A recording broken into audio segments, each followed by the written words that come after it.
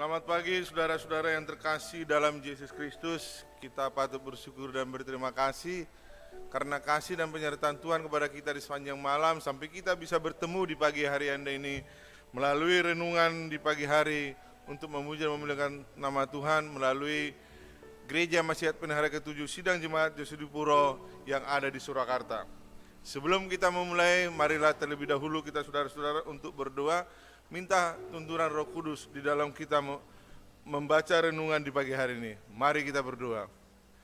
Bapa di surga, kami patut bersyukur dan berterima kasih karena kasih dan penyertaan Tuhan kepada kami di sepanjang malam sampai tiba di pagi hari ini. Kami bangun dari tempat tidur kami dengan tidak kurang suatu apapun dan kami merasakan sukacita di dalam kehidupan kami.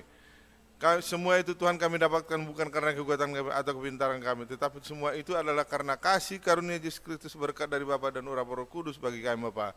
Sertai dan lindungi Bapa kami di sepanjang hari ini dalam aktivitas dan kegiatan kami. Sebelum kami memulai aktivitas kami Bapa, kami akan mempelajari sedikit atau merenungkan sedikit perenungan dari yang berikan Tuhan kepada kami, supaya itu menjadi satu kepujian dan kemuliaan bagi nama Bapa. Mohon ampun segala dosa pelanggaran kami, di dalam nama Yesus kami berdoa dan mengucap syukur. Amin. Pada saat yang ini, pada di pagi hari yang ini, kita patut bersyukur kepada Tuhan karena kasih Tuhan yang menyertai kita di sepanjang malam sampai tiba di pagi hari ini, dan kita bisa bertemu kembali di dalam suatu sukacita untuk selalu memuji dan memuliakan nama Tuhan. Saudara-saudara yang terkasih dalam Yesus Kristus, judul renungannya pada pagi ini adalah bergembira karena Tuhan. Sebagai ayat inti yang terdapat di dalam Mazmur 37 ayat 4 dikatakan di sini apa? Bergembiralah karena Tuhan, maka Ia akan memberikan kepadamu apa yang diinginkan hatimu. Kalau kita membaca secara keseluruhan dari Mazmur 37 ayat 1 sampai 11 dikatakan apa? Dari Daud, janganlah marah karena orang yang berbuat jahat, jangan iri hati kepada orang yang berbuat curang. Sebab mereka segera disut seperti rumput dan layu seperti tumbuh-tumbuhan hijau. Percayalah kepada Tuhan dan lakukanlah yang baik. Diamlah di negeri dan berlakulah setia. Dan bergembiralah karena Tuhan, maka Ia akan memberikan kepadamu apa yang diinginkan hatimu. Serahkanlah hidupmu kepada Tuhan dan percayalah kepadanya, dan Ia akan bertindak. Ia akan memunculkan kebenaranmu seperti terang dan hakmu seperti siang. Berdiam dirilah di hadapan Tuhan dan nantikanlah Dia. Jangan marah karena orang yang berhasil dalam hidupnya, karena orang yang melakukan tipu daya. Berhentilah marah dan tinggalkan panas hati itu. Jangan marah, itu hanya membawa kepada kejahatan. Sebab orang-orang yang berbuat jahat akan dilenyapkan, tetapi orang-orang yang menanti-nantikan Tuhan akan mewarisi negeri. Karena sedikit waktu lagi maka lenyaplah orang fasik. Jika engkau memperhatikan tempatnya, maka ia sudah tidak ada lagi. Tetapi orang-orang yang rendah hati akan mewarisi negeri dan bergembira karena kesejahteraan yang berlimpah-limpah. Saudara-saudara yang terkasih dalam Yesus Kristus, bagaimana kita harus bergembira bergembira di dalam kehidupan ini, dan bergembira karena Tuhan mengasihi kita dalam kehidupan kita. Ada satu cerita di sini. Suatu hari ada seorang kakek buta berusia 92 tahun masuk ke panti jompo. Istrinya baru saja meninggal, sehingga kakek tersebut tidak ada yang mengurusnya lagi. Anak-anaknya sibuk dan sudah memiliki kehidupannya masing-masing. Selama ini kehidupan sang kakek serba teratur. Walaupun dirinya buta, namun sang kakek selalu gembira dan penuh rasa percaya diri. Dia tidak pernah mengeluh atas keterbatasan dirinya.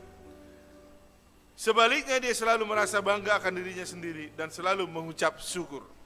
Yang pertama tadi apa? Selalu bergembira dan penuh rasa percaya diri. Yang kedua adalah selalu mengucap syukur. Hari itu adalah hari pertama kedatangannya di pantai jompo. Di pantai jompo tersebut, sang kakek sedang menunggu di lobi sementara kamarnya sedang dibersihkan. Ketika akhirnya dia berjalan mengikuti petugas panti jompo menuju kamarnya, sang petugas mulai menceritakan tentang keadaan kamarnya yang kecil yang akan ditempatinya.